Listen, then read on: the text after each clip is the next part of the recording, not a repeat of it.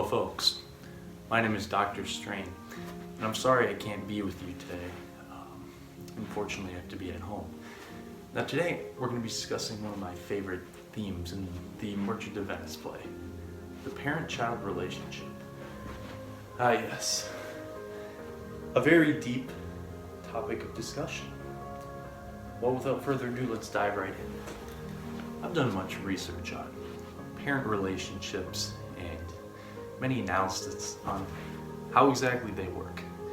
And I've found that, through studying, that a balance must be met between the parent and the individual as to how much independence should be awarded to the son or daughter.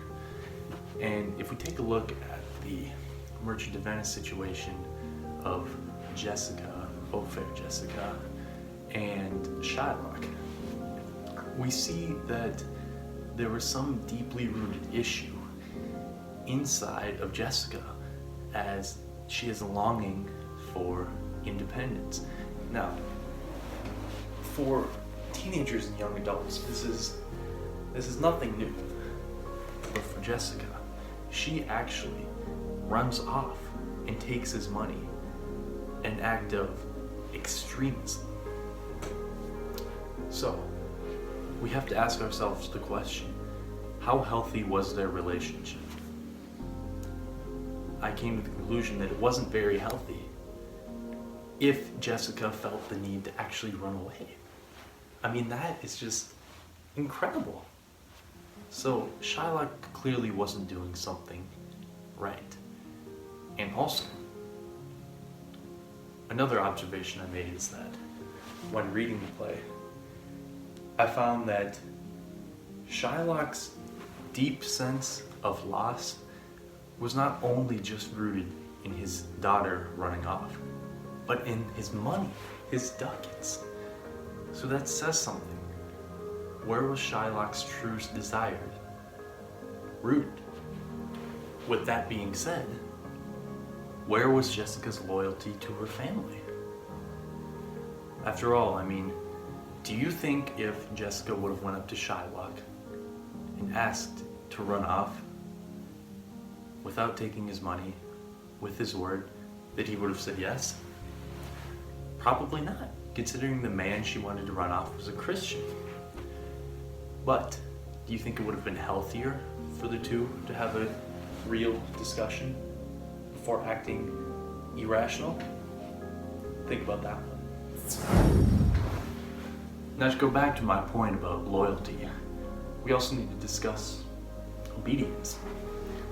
Now, the thing about obedience is many families believe that obedience is only a trait that must be acquired to the son or daughter. That is wrong. It must be met in balance between the parent and the child, right? Both must be held accountable. The child for its lack of respect or poor actions, and the parent for their lack of freedom given to the child, right? In both were not present in the relationship between Shylock and Jessica, and that is a big problem. Alright, so I'm sure I bored you to death with my analysis of the theme. Let's actually discuss how it relates to us, right? What can we learn from the Merchant of Venice and how it relates to the parent-child relationship?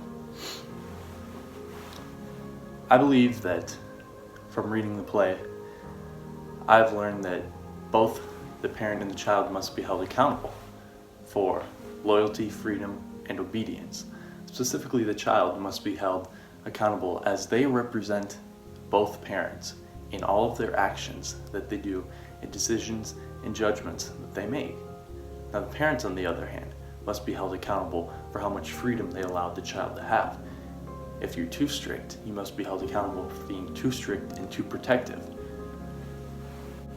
Now, before I finish, I actually have a special guest making an appearance. Benny Strain.